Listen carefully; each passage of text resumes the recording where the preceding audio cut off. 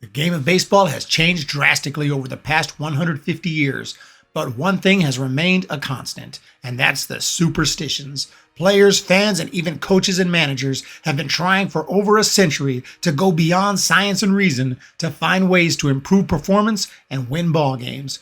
Sometimes this means elaborate and nonsensical routines, some weird pregame ritual, refusing to shave all season long, or simply repeating the same thing over and over because it worked once. And today we'll be talking about, in no particular order, 15 of the weirdest and wildest superstitions that players and fans have bought into, including some crazy individual ones and some general superstitions that we all sometimes participate in, such as perhaps the most well-known number 15, don't mention a no-hitter in progress. Even the most rational and well-balanced baseball fans know if a pitcher is working on a no-hitter or a perfect game, you absolutely do not mention it, unless you want it to be completely blown. Mentioning the existence of a no-hitter in progress is a sure way to jinx it. And there was a time when even announcers knew to follow this superstition, although in recent years, I've noticed more and more often the announcers not only mentioning it, but no-hitter alerts popping up on phones and computer screens all around the world. And it happens by the 6th inning. When Zach Gallen lost his no-hitter in the 7th inning of Game 5 of this year's World Series, I completely blamed it on the announcers, who had mentioned it just prior. Nothing is our score. Zach Gallen working on a no-hitter through 6 in Game 5 of the World Series. Here's a big at bat here, right, to lead things off. Corey Seager. The 1-2 pitch. Ground ball, base hit left field. Number 14, don't step on the foul line. The origin of this one is unknown, but there is a general superstition among baseball players that when you have to cross the foul line, make sure to never step on it.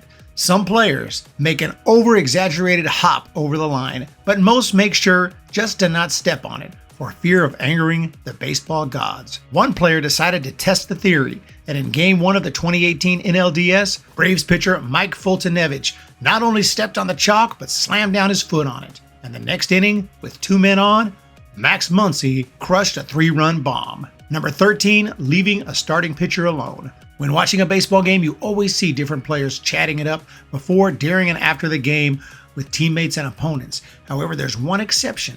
Unless it's a serious discussion of in-game strategy, usually between the pitcher and catcher, no one really talks to the starting pitcher. In order to prevent breaking his focus, the starting pitcher that day usually doesn't chit-chat until he comes out of the game. You can usually spot him when his team is at bat, sitting at the end of the bench, all alone. Of course, if that pitcher's working on a no-hitter, teammates definitely can't speak to him. Number 12, eating the same breakfast on game day. When you have a great day at the ballpark, sometimes you don't want to mess around with the routine, which can include what you ate for breakfast. And the strategy worked for at least 3 Hall of Famers. Stan the Man Musial ate the same breakfast in the same order every game day. An egg, then 2 pancakes, and then another egg. Jim Palmer found his breakfast of champions as well, and it was a huge stack of pancakes, which he ate before every start, leading to teammates giving him the nickname Cakes. In 1983, Wade Boggs realized that every time he ate fried chicken, he had a great day at the plate. So he just kept doing it, eating fried chicken before every game for the rest of his career. Boggs was very superstitious, and during one particular game, after the PA announcer Sherm Feller forgot to announce his number during the lineup announcement, Boggs had a great game to break out of a slump. So he went up to Feller and asked him to continue to not say his number. Number 11, wearing the same dirty clothing over and over. One of the most common superstitions in baseball involves not changing and sometimes not even washing certain articles of clothing when said clothing are producing good results. Mark McGwire, for example, wore the same protective cup from his high school career all the way through his final MLB at-bat, about a 20-year span. Former pitcher John Wetland wore his 1996 cap all season long and refused to wear anything else. When the World Series started, he was issued a new cap with the World Series logo on it. He refused to wear it and had the logo sewn on to his old sweaty cap. He would have had serious problems if he played today with a Father's Day cap, Mother's Day cap, Memorial Day cap, Independence Day cap, City Connect cap, etc., etc. As far as wearing the same old clothing, even the manager sometimes buys into this. In 2011, Tigers manager Jim Leland wore the same pair of boxers to the ballpark every day during a 12-game winning streak. "I'm going to wear this underwear till we lose," he said. "I can tell you that right now, and they will not be washed. I don't give a who knows it." Number 10, a lucky number. Something that really makes some players superstitious is numbers, and one such player is Hall of Famer Larry Walker, who was obsessed with the number 3. He wore the number 33, set his alarm for 33 minutes past the hour every morning, and took his batting practice in sets of 3 swings. He even made sure to set his wedding date on the 3rd of the month at precisely 3:33 p.m.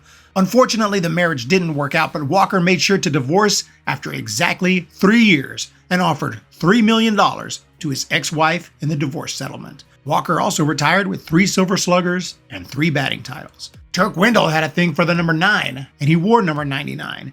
And before the 2000 season, he managed to negotiate a 3-year deal for $9,999,999.99. Number 9, a lucky batting helmet. The one piece of equipment that gets dirtier than any other is probably the batting helmet.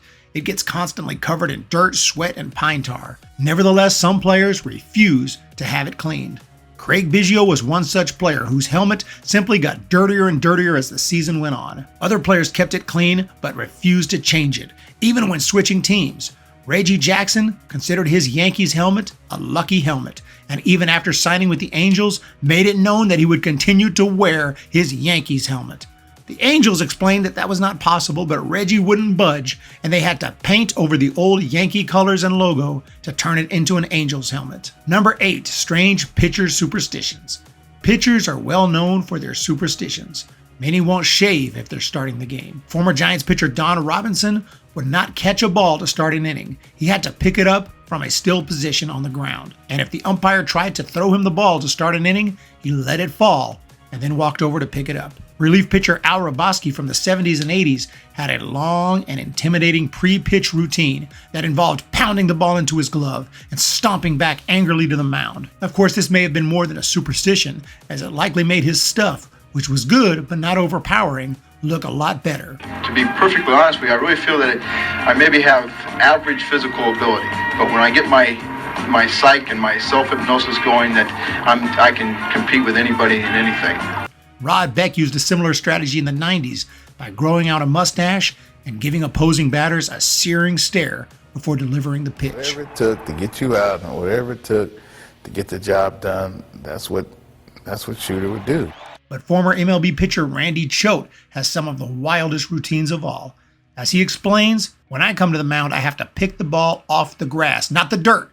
If it's on the dirt, I have to kick it to the grass and then pick it up. Then I throw 7 warm-up pitches, only 7. It's always 7.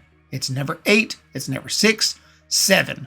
Always. And when I come into the game, if I enter from the bullpen down the left field line, I have to run in between the third baseman and the shortstop. And if I enter down the right field line, I have to run in between the first baseman and the second baseman." Number 7, Babe Ruth's bats. According to the great Babe Ruth, he only had one superstition: touching all the bases when he hit a home run. But according to other stories, Ruth actually had a few superstitions, such as wearing women's stockings in between games because they prevented hitting slumps. He also always touched second base when running to his position in the outfield. But most interesting of all, Ruth would not let any other player use his bats. Not because he was a jerk, but because he believed that each bat only had a certain amount of hits in them, and he did not want to give away hits. Number 6, the magic minerals. Oftentimes, just having a particular object on your person has been believed to increase your luck and production. Craig Counsell, an 11th round pick, went on to have a great MLB career as a player and manager. Some of that success might be attributed to a pouch of minerals that protected him from bad external energy. They were powerful enough to ward off slumps, injuries, and evil spirits. While in Arizona, he introduced them to Steve Finley, and Finley had some of his most productive and powerful years in the desert, and went on to join the 300-300 club, 300 home runs and 300 steals. In 2005, after a couple of injury-plagued seasons, Darren Erstad was given the minerals by Finley while he was with the Angels. Erstad's health immediately improved and he played in 153 games, the most in 4 years. Number 5, all-natural batting gloves. One of the more disgusting rituals involved a player who never wore batting gloves, which is rare but occasionally seen. And when he was asked about this, Moises Alou revealed that he kept his hands tough by urinating on them. Ow! Ow! Jorge Posada may have done the same thing, as he also revealed he believed it did toughen up the hands and eliminated calluses. Scientifically, if anything, doing this would actually soften the skin, but you can't argue with deep-seated rituals. The baseball players urinating on their hands may have been one of the main reasons for the rise in popularity of the fist bump. Number 4, taking personal hygiene to the next level. To make up for some of these disgusting hygiene habits just mentioned, here's one that takes good personal hygiene to the next level. And of course it involves Turk Wendell. In between innings, part of his routine was to go into the dugout and brush his teeth. That's right, Wendell would brush his teeth in between innings when he was pitching. And he didn't do it for attention, because he usually tried to stay out of eyesight of the cameras, hiding or ducking behind objects to be as inconspicuous as possible. And he had a few other superstitions as well. And one of the funnier ones was that whenever the catcher would come out of the crouch, Wendell would go into a crouch. Then he draws crosses in the dirt behind the mound. Then he waves to the center fielder at the start of each inning. While chewing black licorice while he's on the mound, he brushes his teeth between innings. Then he squats, usually whenever the catcher is standing. He doesn't eat the day he pitches, and he has an aversion to wearing socks, although you'll see he has them on today. Number 3, the human rain delay. Before the modern pitch clock took over, there were hitters who infuriated pitchers and fans by going through long and elaborate routines before stepping into the batter's box to hit. Nomar Garciaparra was known for obsessively messing with his batting gloves, unvelcroing and readjusting them after each pitch. He also messed around with the dirt and fidgeted with other equipment, taking all the time he needed in between pitches. But another guy was even worse, and he was known as the human rain delay, Mike Hargrove, who went on to be a manager in the 90s and 2000s. With Hargrove's routine, you have to see it for yourself. Bangs the barrel into the bat against the shoes, reaches behind him to the left hip pocket, readjusts the glove, readjusts the donut he wears on his left thumb, flexes the shoulders, touches the helmet, readjusts the glove again, goes to the nose, again a readjustment of the glove, again a readjustment of the donut, readjusts the glove, flexes the shoulders, touches the helmet, readjusts the glove again, goes to the nose. Number 2, the rally cap. An all-time classic superstition all baseball fans know is the rally cap. When things are not going well and the offense needs a wake-up call, there's one thing to try when all else has failed: the rally cap. This is when the team takes off their caps and puts them back on, usually inside out, but sometimes sideways, or whatever way might bring some much needed energy to the offense. The rally cap is a method used in all levels, from Little League to the big leagues. It was first seen in the big leagues in the late 70s with the Toronto Blue Jays, but really took off around 1985 when New York Mets fans wore the rally caps to help generate some impressive late game comebacks. The Mets players noticed, and in 1986 they tried the rally caps again when it seemed like all was lost in Game 6 of the World Series. And that was when the most dramatic comeback in the history of Major League Baseball occurred. From there, the rally cap became a permanent part of baseball. Number 1, the curses. The superstition with the longest lasting effect in Major League Baseball history has to be the curses. When a team has been cursed, it can take decades to break it. And what typically causes a curse is an action that is so detestable and despicable that the baseball gods have no other choice but to cast a curse upon the team, ensuring that said team will not win a championship for a long time. For example, when 8 of the 1919 Chicago White Sox conspired to throw the World Series, a curse was set: the curse of the Black Sox. This was a team that had already recently won a World Series in 1917 and had won 2 of the first 16 World Series, but they would not return for another 40 years, and they lost it. 46 more years would pass before they made it back to finally win it all in 2005. 86 years since the scandal. But more famous was the Boston Red Sox curse of the Bambino. Any team stupid enough to sell Babe Ruth in his prime is sure to be cursed. And the Red Sox, who had won 5 of the first 15 World Series, would go into a long and depressing World Series drought that involved more heartbreak than this video could possibly cover. It wasn't until 2004, after an absolutely incredible ALCS comeback against the Yankees, that the Red Sox finally broke the curse. There are several other curses as well, which I'll discuss soon in a top 10 curses video upcoming soon. And that'll do it for today's video on crazy baseball superstitions. Let me know your thoughts in that comment section down below, and let me know what other superstitions you've seen in baseball. Have you played, and do you have any superstitions of your own? Comment down below and hit that thumbs up and subscribe button if you enjoyed the video. Thank you so much, and we'll talk to you in the next one.